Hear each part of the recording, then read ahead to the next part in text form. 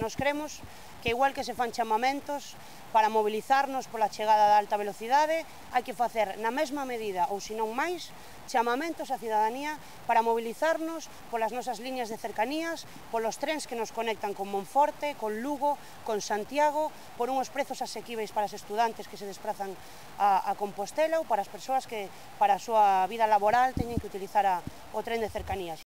Exigen que se paralice la eliminación de líneas de cercanías y que la Xunta mantenga las ayudas a estos servicios. Consideran que son fundamentales para vertebrar la comunicación interior ferroviaria de Galicia y se oponen radicalmente a que Fomento suspenda unas 80 de estas líneas en toda la comunidad autónoma. A ministra de Fomento, en campaña electoral, comprometeuse a garantir servicios ferroviarios en condicións para Galiza. E cando nos entendemos servicios ferroviarios en condicións, non estamos circunscribindo isto ao AVE. O AVE non vertebra a comunicación do noso país, non nos facilita que poidamos comunicar localidades pequenas con as grandes localidades. Daí que nos lle teñamos que exixir á ministra non somente que garanta estos servicios que vai eliminar, sino que mesmo os mellore.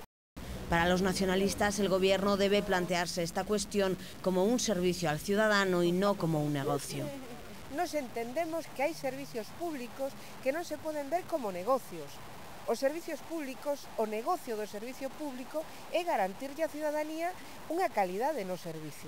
Estamos a falar neste caso dun servicio de transporte e podemos falar do servicio sanitario, por exemplo. É dicir, o beneficio destos servicios son os beneficios que pode disfrutar a cidadanía e non os económicos que pode disfrutar X accionistas.